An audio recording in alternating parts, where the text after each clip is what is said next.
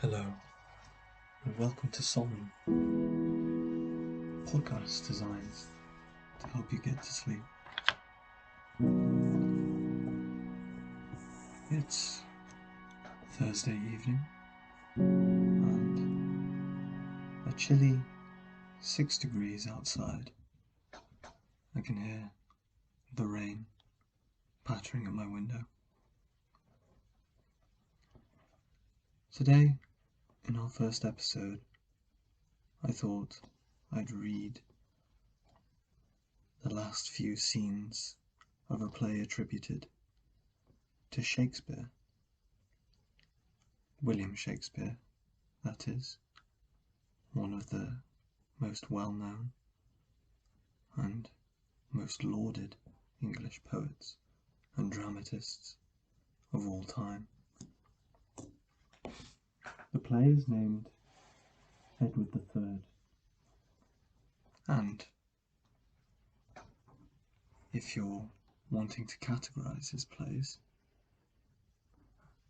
it may fit in as a history, it may fit in as a quasi-tragedy. The story thus far is the English king, Edward III, the titular, has laid claim to our old enemy France. Well, laid claim to its throne and its crown. Now, as you might expect, the current king of France, one Jean Valois, doesn't much like that. And as Edward has made his way over to France to carve out a second kingdom for himself, Jean, his eldest son, the Dauphin, and his younger son, Prince Philippe, have encircled Edward III's eldest son, the Black Prince. All of this, as far as I'm aware, is loosely based on events that took place in actual English history. Those of you from England or interested in English history might recognize this period as the 100 Years' War.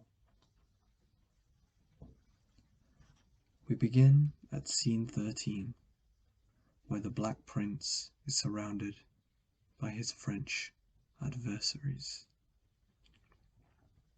Jean Valois, the King of France, and his eldest son, the Dauphin, stand in an advantageous position amongst the hills, arrayed with their cavalry, looking down upon the much smaller and much weaker force of the Black Prince. The King of France. A sudden darkness hath defaced the sky. The winds are crept into their caves for fear.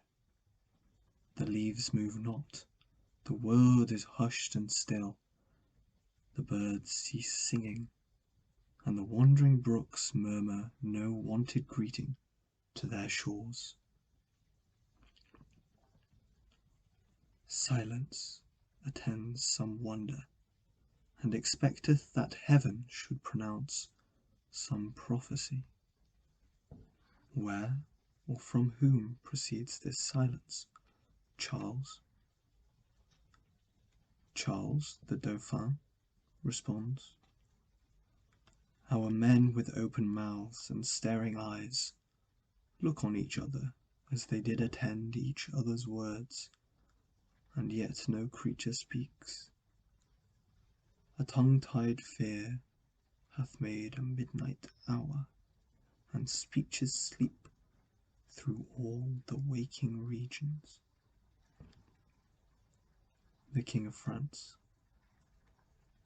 But now the pompous sun, in all his pride, looked through his golden coach upon the world, and, on a sudden, hath he hid them himself, that now the under earth is as a grave, dark, deadly, silent and uncomfortable. A clamour of ravens appears in the distance, and the king responds, "Hark, what a deadly outcry do I hear!" The king's younger son, Prince Philippe, enters stage.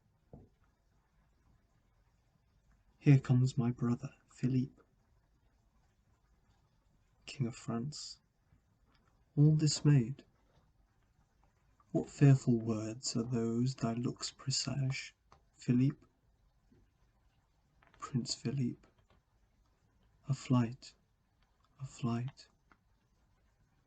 The King of France, "Coward, what flight? Thou liest, there needs no flight." Prince Philippe, "A flight." King of France, "Awake thy craven powers, and tell on the subject of that very fear indeed which is so ghastly printed in thy face. What is the matter?" Prince Philippe,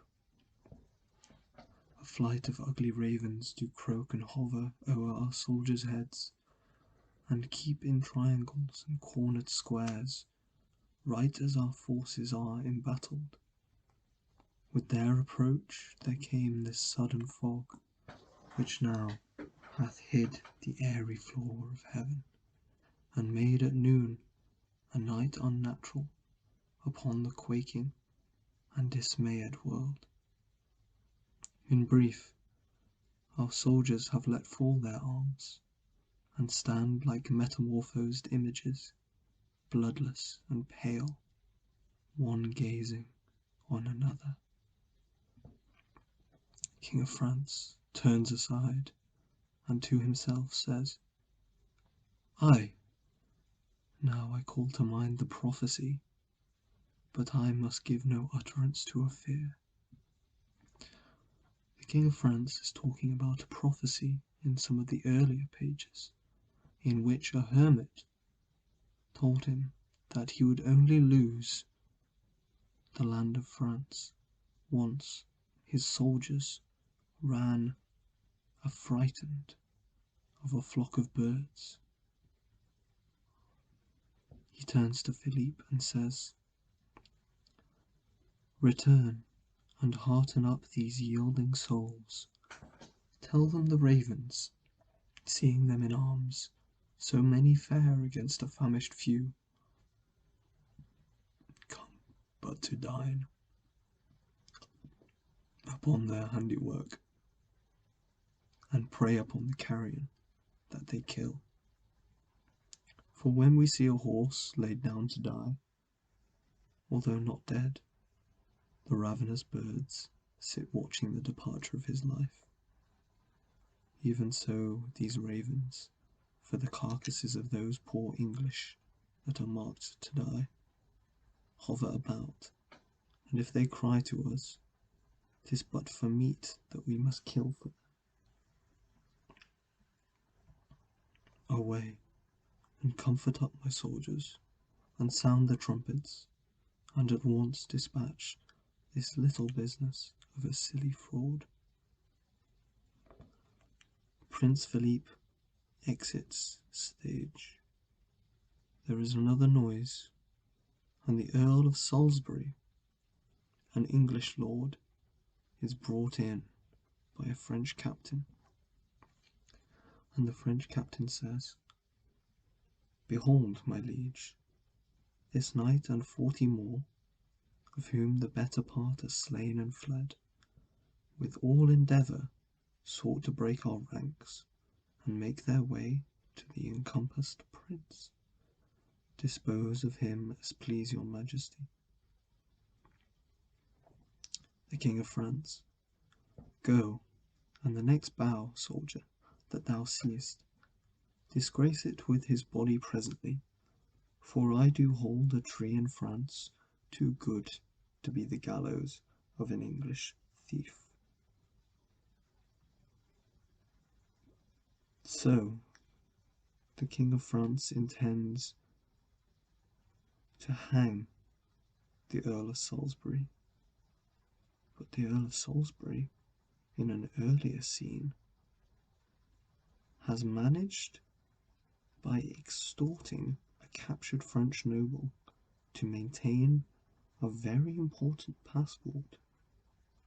Not in the modern sense, of course, but a passport that allows him, by the code of nobility, to make his way through the land unheeded. This passport is signed by none other than the Dauphin, the king's eldest son. So the Earl of Salisbury turns to the Dauphin and says, "My lord of Normandy, I have your pass and a warrant for my safety through this land." The Dauphin replies, "Villiers procured it for thee, did he not?" And the Earl of Salisbury says, "He did." The Dauphin says, "And it is current. Thou shalt freely pass." Whereupon the King of France interjects, "I, freely to the gallows, to be hanged without denial or impediment. Away with him." The Dauphin turns to his father. "I hope your Highness will not so disgrace me, and dash the virtue of my seal at arms.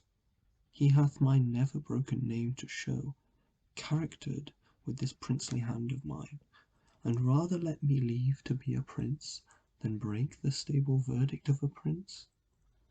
I do beseech you, let him pass in quiet."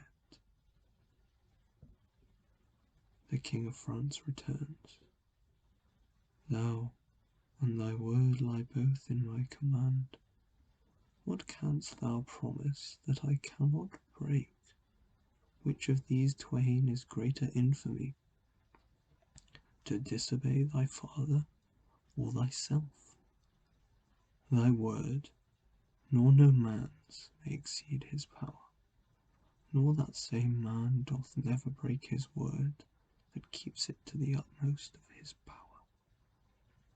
The breach of faith dwells in the soul's consent, which, if thyself without consent do break, thou art not charged with the breach of faith. Go, hang him, for thy license lies in me, and my constraint stands the excuse for thee."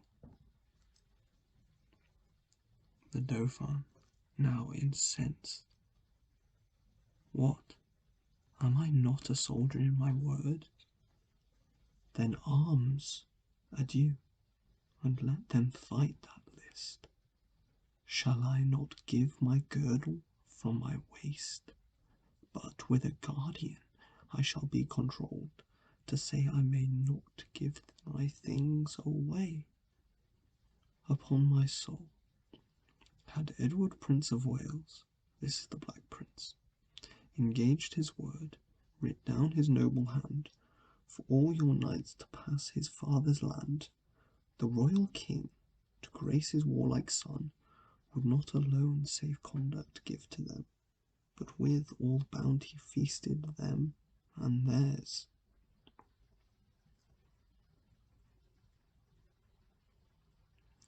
So the Dauphin is complaining to his father that it is unjust of his father to override the Dauphin's previous agreement with the Earl of Salisbury.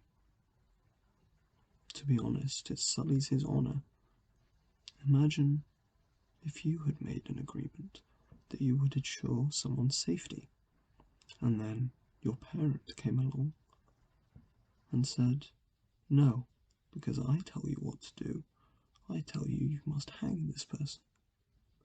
Quite insulting, and the Dauphin recognises that this isn't a problem they might have in England. He uses the example of the Black Prince and Edward III, King of England. He says they would never do this. So why are you? The King of France seems convinced. Dwellest thou on precedents? Then be it so. He turns to Salisbury. Say, Englishman, of what degree thou art. An earl in England, your majesty, though a prison here, and those that know me call me Salisbury. Then, Salisbury, say whither thou art bound. To Calais, where my liege King Edward is. To Calais, Salisbury? Then to Calais pack, and bid thy king prepare a noble grave to put his princely son, Black Edward, in. And as thou travellest westward from this place, some 2 leagues hence there is a lofty hill, whose top seems topless, for the embracing sky doth hide his high head in her azure bosom, upon whose tall top, when thy foot attains, look back upon the humble vale beneath, humble of late, but now made proud with arms, and thence behold the wretched Prince of Wales, hooped with a band of iron round about, after which sight to Calais spur amain, and say the prince was smothered and not slain, and tell thy king this is not all his ill, for I will greet him ere he thinks I will. Away, be gone, the smoke but of our shot will choke our foes, though bullets hit them not.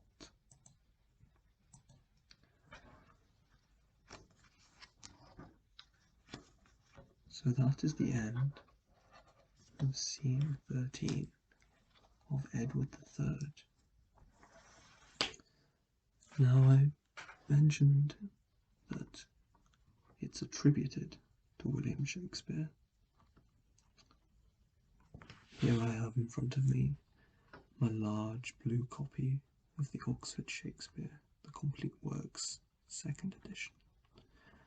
And in their preface to this particular play, they have chosen to explain that it is only supposed that Shakespeare had an involvement in writing it. He may have done so with another fellow. He may have merely written a scene or 2. It's hard to say when you're looking as far back as 400 years ago. Anyway, that's going to be it from me. I'll let an ambient song play me out. This week, it's an artist called Nothing Here, and the track is named 0807 2014. Good night.